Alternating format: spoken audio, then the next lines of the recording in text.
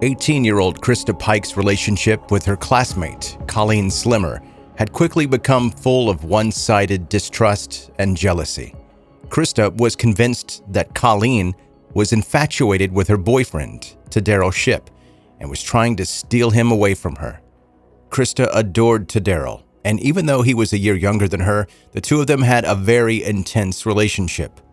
Christa's life up until that point had been full of adversity. She had never completed high school, dropping out before graduation to join a government program called the Job Corps, which helped disadvantaged young people to gain skills that would allow them to get jobs. Despite everything she'd been through, Daryl still loved her. He made her into a better person, and she liked to think that she did the same for him. She wasn't about to let Colleen come between them, and she decided that she'd do whatever she had to make sure that Colleen wouldn't get what she wanted, or what she thought Colleen wanted. Despite Christa's accusations, Colleen's friends were adamant that she was not interested in Daryl at all. It seemed as if Christa had misinterpreted Colleen's friendly nature and innocent conversations with Daryl as romantic interest. As time went on, Christa became angrier and angrier at Colleen. She started to obsess over Colleen's behavior, worried that she would lose Daryl for good, and angry because she thought Colleen wanted someone who belonged to her. Finally, she reached a breaking point. She talked to one of her friends, Shadola Peterson, and began to make a plan to teach Colleen a lesson. It was the 12th of January, 1995, when the plan was set into motion. Christa, Daryl, Colleen, and their friend, 18-year-old Shadola Peterson, all signed out of their dorms and made their way to an abandoned steam plant in the woods near campus. Colleen knew that Christa didn't like her, but she believed that the trip was sort of a peace offering, where the group was going to smoke some weed together and overcome their differences. However, when the four teenagers arrived at their destination, it was clear to Colleen that she had been lied to. Christa and her boyfriend immediately turned on Colleen and began beating her. Shadola didn't participate in the attack and instead stood nearby to warn the couple if any witnesses approached the area. This role as a guard, or lookout, had been decided by Christa during her planning of the attack. For around half an hour to 45 minutes, Colleen was ferociously tortured. She was severely beaten and cut, and the couple used a blade to carve the shape of a pentagram into her skin. Finally, the attack ended when Christa grabbed a large piece of asphalt and hit Colleen in the head with it. The force of the blow shattered Colleen's skull. It killed her instantly. Christa didn't regret the murder. In fact, she pried one of the broken pieces of skull free and took it back with her to her dorm to keep as a trophy. She didn't just feel a lack of remorse, she felt pride. Over the next day and a half, Christa carried this piece of Colleen's skull around campus with her, while Colleen's family and friends were gradually realizing that she was missing. It didn't take long for authorities to view Christa, Daryl, and Shadola as suspects.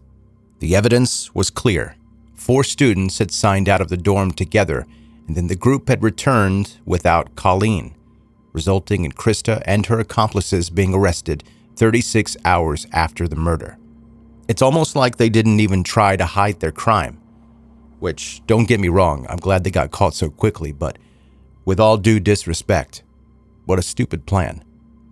When Christa was arrested and her clothes were searched for evidence, police found her disgusting trophy, the fragment of Colleen's skull tucked in the pocket of her coat. Christa quickly confessed to her involvement in Colleen's death, but she insisted that it had not been a murder. She and Daryl had just been trying to send Colleen a message and scare her a little bit, but then got carried away and accidentally killed her. A search of the 3 accomplices' dorms uncovered more pieces of the puzzle, especially when a religious occult book, the Satanic Bible, was found in Daryl's room. Christa and Daryl had not been into Satanism before they got together, but during their relationship, a mutual interest had spiraled into a full-blown devil worship.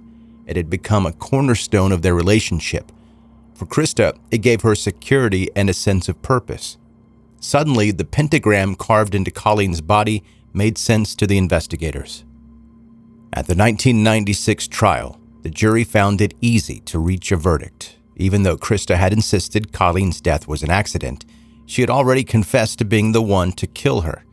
The rest of the evidence brought forth by the prosecution made it clear that no part of the killing had been an accident. It had been premeditated torture, ending with cold-blooded murder. On the 22nd of March 1996, Christa Pike was found guilty of both conspiracy to commit murder and murder in the first degree. 4 days later, she received her sentence, 25 years of jail time and death by electrocution. The other murderer, Tadero, received a much lighter sentence of life in prison with the possibility of parole. Shadola, who had stood guard during the attack and had been involved in the planning of Colleen's death, had already pleaded guilty to being an accessory to murder and then acted as an informant for investigators in exchange for a reduced sentence. She received credit for 460 days in prison and probation for 6 years. Christa's violent, vengeful behavior didn't stop when she was imprisoned. On the 24th of August 2001, she and another inmate, Natasha Cornett, attacked a prisoner named Patricia Jones. The two women attempted to murder Patricia by strangling her to death with a shoelace. While the attack caused serious injury, Christa and Natasha did not succeed in killing Patricia. Although there wasn't enough evidence to charge Natasha for her role in the assault, Christa was not so lucky. She received additional charges for the attack, attempted first-degree murder. While incarceration, Christa made a friend. His name was Donald Kohut, and he was a personal trainer who had, for some reason, started writing letters to Christa in 2011. The two of them regularly wrote back and forth, and eventually Donald started driving to Tennessee, which was an 1,800-mile-long road trip from his home in Flemington, New Jersey, so that he could see Christa in person. He made this journey multiple times every month. Donald wanted to help Christa, so he devised a plan to help her escape from prison. He got in touch with a guy named Jason Heflin, who was a corrupt corrections officer who agreed that he would help and aid Christa's escape for a fee. But the plan did not get very far before it was discovered. In 2012, prison staff were tipped off about an escape plan involving Christa Pike. The investigation was launched in both Tennessee and Donald's home state of New Jersey, and the details of the plot were uncovered. Donald had planned to use Justin's role in the facility to obtain the tracing of a key, which could then be used to create a copy. The finer details of the plan have never been released to the public due to concerns that prison security could be impacted. But the Tennessee Bureau of Investigation simply stated that the plan had been in the early stages when it was discovered, saying, quote, Christa's jailbreak was not imminent. Donald Kohut was charged with conspiracy to commit escape as well as bribery. He received 7 years of jail time. Justin, the corrections officer, was charged with conspiracy to commit escape, bribery, and official misconduct.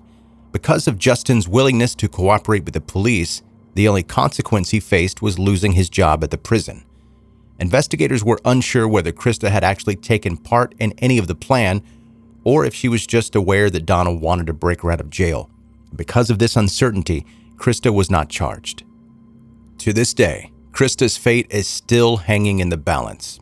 In 2020, her attorneys were given extensions due to the COVID-19 pandemic, giving them more time to compile a convincing argument to save Christa from death by electrocution. In June of 2021, Christa's attorney filed a motion that requested a certificate of commutation, which would allow Christa's punishment to be reduced. Ultimately, the decision about the execution is now down to the courts. If Christa Pike's execution does go ahead, she will make history as being the only female criminal to be executed in the state of Tennessee in the past 2 centuries. Colleen Slemmer's mother just wants closure, and for this case to be finally over, because the fragment of Colleen's skull that was once a trophy for Christa is still considered evidence and in custody of the police. When this story finally ends, the last piece of Colleen can be laid to rest.